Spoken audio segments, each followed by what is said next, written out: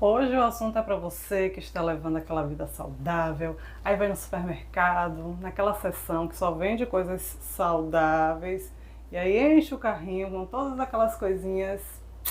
Mas infelizmente, meu amigo, minha amiga, não é bem assim. Mas quem vai esclarecer isso pra gente é a nossa parceira, a nutricionista Elaine Oliveira. Elaine, mais uma vez, muito bem-vinda. Obrigada pelo convite de sempre. É um prazer estar aqui. Prazer é nosso. E vamos desmistificar essas coisas desses alimentos que dizem que são saudáveis, mas nem tanto. Começando por um que vai mexer comigo, porque esse eu confesso que eu gosto. Peito de peru. E aí? É saudável mesmo ou não? Não, infelizmente o peito de peru ele não é saudável. Além do alto teor de sódio, ele tem altos compostos cancerígenos. Então, o ideal é a gente evitar, porque ele entra na classe dos embutidos, né? Então, peito de peru, presunto, salame, todos esses têm muito sódio e o peito de peru em específico ele tem uma quantidade, né? Um teor de compostos cancerígenos muito altos. Então, o ideal é, vamos supor, evitar o famoso misto quente. Fazer somente o queijo quente, né? Claro, evitando os queijos mais amarelos, mais gordurosos, dando preferência a queijos mais magros. A gente tem ricota, Minas Frescal, a gente também tem o queijo de búfala, a gente já consegue encontrar nos mercados de Camaçari, que para os intolerantes à lactose, inclusive, o queijo de búfala, né? Todos os produtos que são derivados da búfala, tem menor teor de lactose. Então, os intolerantes toleram mais. Então, é interessante a gente optar por queijos mais magros, né? Quanto mais branquinho, melhor. E aí, a gente evitar aí os embutidos todos. E tem uma opção que seja melhor para o peito de peru, porque o peito de peru é uma proteína. É dito, né? Como uma proteína. Tem alguma opção que possa substituir ele? Peito de peru, peito de frango, tem gente que fala assim, o peito de frango é melhor.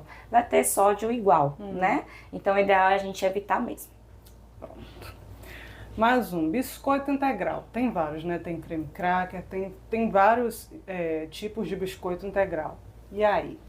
Olha só, a legislação, graças a Deus, mudou. E hoje, atualmente, os novos produtos que estão vindo para a prateleira dos supermercados, se vocês forem nos mercados, a gente já vai ver principalmente em pães. A gente já tem lá o teor de farinhas integrais, Sim, é né? verdade. Então, por exemplo, a gente pode pegar um pão e ver lá, 35% integral. Só que em todo e qualquer produto industrializado, a gente precisa dar uma olhada na lista de ingredientes. Então, o primeiro ingrediente é o que vai ter em maior quantidade. Então, qual é o caso dos biscoitinhos integrais? Sempre o primeiro ingrediente é farinha branca. Então, por exemplo, uma pessoa que deseja emagrecer, uma pessoa que é diabética, uma pessoa que deseja controlar o consumo de açúcares, né, refinados principalmente, o biscoitinho integral não é tão saudável. E é interessante também a gente olhar o rótulo mais uma vez, para a gente olhar o teor de gordura, que vai variar de biscoito para biscoito, e de sódio também, né? Porque acaba tendo altas concentrações e a gente acaba tendo prejuízo.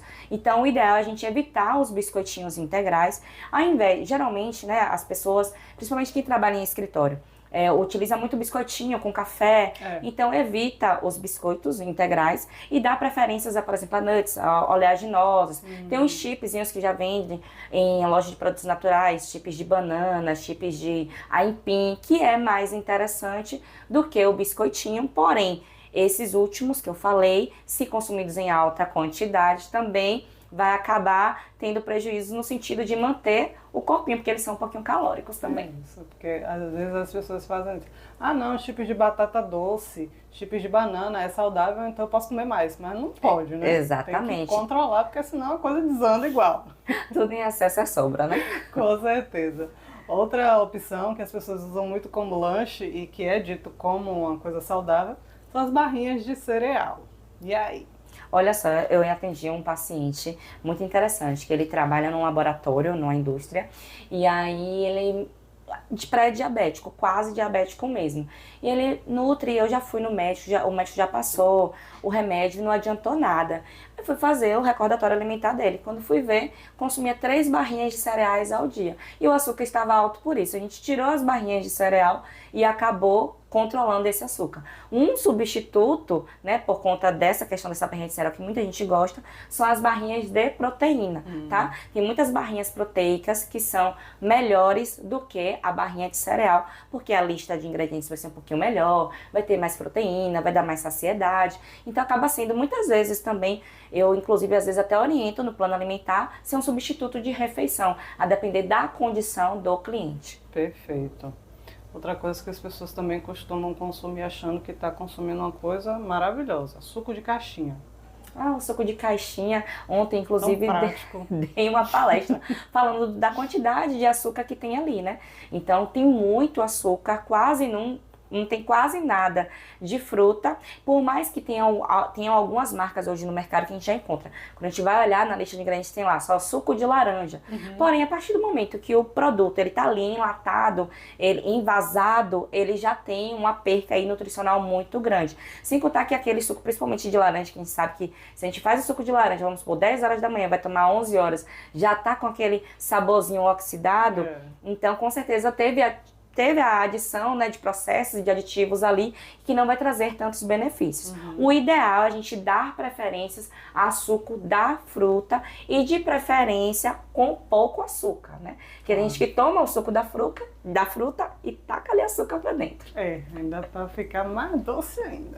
Exatamente. Já que a gente está no papo do suco de uva, o que é que você acha sobre ele? Maravilhoso. É uma ótima opção, só que a gente precisa tomar cuidado. Por quê? O suco de uva tem várias marcas que quando a gente olha no rótulo tem lá 0 açúcar. Mas quando você olha no rótulo, na lista de ingredientes, tem nomes de açúcares disfarçados. Então, por exemplo, às vezes você vê lá 0 açúcar, mas lá tem suco de uva, maltodextrina ou então xarope e conservante. Então não é tão interessante. A gente pode optar por sucos de uva, somente da uva mesmo, que na lista de ingredientes só deve ter suco de uva integral e existem diversas marcas. Posso citar 3? Por favor. Pra galera?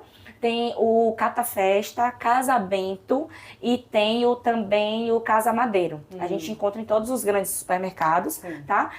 São preços variados, então o que melhor couber no bolso, tiver na promoção, a gente aceita, mas é ótimo porque a uva tem efeitos protetores cardiovasculares, ele é um ótimo recuperador de treino também, recuperador muscular. Então, para quem treina, para quem tem histórico familiar de hipertensão, diabetes ou alguma doença cardiovascular, vai ser de grande valia. Maravilha, não vou mais tirar o suco de uva da minha geladeira. Outra coisa que eu adoro, mas eu sei que não é legal, empanados de frango. Esse aí é problema, viu? Porque ele vem com muita gordura saturada, né? Então, além da gordura saturada, vem todo aquele processo de panificação que não é interessante. Então, assim, pensando no sentido de protetor cardiovascular, uma pessoa que já tem uma predisposição para ter um colesterol mais alto, não é tão interessante. O ideal é consumir só o peito de frango mesmo, né? Então, a gente já tem a praticidade de já comprar o sassami, por exemplo, né? Que é o filezinho de peito. Então, pensando, porque a maioria das pessoas que compram o steak, né? O filé de frango empanado, pensando na praticidade. Mas hoje em dia a gente já consegue comprar a proteína já fatiada, porcionada. E se desejar empanar, passa no ovo, numa farinhazinha, numa farinha panko ou numa farinha integral ou no flocos de milho. Fica tão gostoso quanto e muito mais saudável, né? Sim. E não vale nem na airfryer, né? A airfryer é um perigo, porque assim, não só na airfryer, né? Mas, por exemplo, pessoas que comem muita coisa, só coisa grelhada, só coisa assada. Tanto o grelhado, como o assado, como a airfryer, ele forma aquela crostinha. Sim. Aquela crostinha, ela junta, né? Assim, um composto chamado acrilamida, que é um composto potencial cancerígeno. Nossa. Então, se a gente consome só coisas, né, no mesmo modo de preparo, a gente vai ter esses prejuízos deletérios. Principalmente, por exemplo, é muito comum pegar mulheres com nódulo em mama, pessoas com nódulo em tireoide. Então a gente precisa tomar cuidado e ter cautela, não que não deve deixar de usar air fryer, tá? Mas, por exemplo, a gente dar uma marinada vamos supor, geralmente na proteína. Vou marinar lá no sumo de limão, com ervas e especiarias, aquilo ali já reduz o potencial cancerígeno, por exemplo, da acrilamida. Então, é uma técnica de preparo que a gente consegue reduzir, além de dar mais sabor, né? O sabor fica muito saboroso, né? Fica bem mais suculento também, que os temperinhos conseguem, como dizia minha avó, entranhar bem ali e fica mais palatável. Sim, com certeza.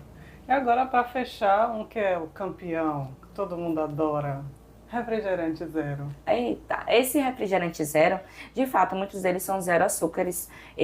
A indústria agora coloca adoçantes naturais, inclusive, né, associados, porém, assim, vai ter conservante. Vai ter, inclusive, caramelo 4, né, que é um composto que tem um poder cancerígeno muito alto. Então, ele é zero açúcar, porém, ele vai ter prejuízos também. Então, assim, para pacientes, vamos supor, Nutri, você tira de todo mundo, não é que eu tiro, mas, por exemplo, a pessoa que consome 5 vezes na semana, 3 vezes na semana, a gente faz os combinados para ir reduzindo. Uma alternativa boa para substituir o refrigerante é a água com gás. A água com gás, inclusive, saborizada. É uma dica que eu gosto muito de orientar, inclusive, para crianças, é água com gás com suco de uva. Fica uma delícia. Então, 2 para 1, né? 2 de água com gás para 1 de suco de uva. E aí você fica um suquinho saudável e não vai ter os conservantes todos. Perfeito. Aí as dicas estão aí. Vamos segui-las, porque esses alimentos realmente têm todos esses problemas que a Elaine apontou e principalmente o fato de muitos deles serem cancerígenos. Elaine, muito obrigada mais uma vez. Eu que agradeço. E até a próxima. Até.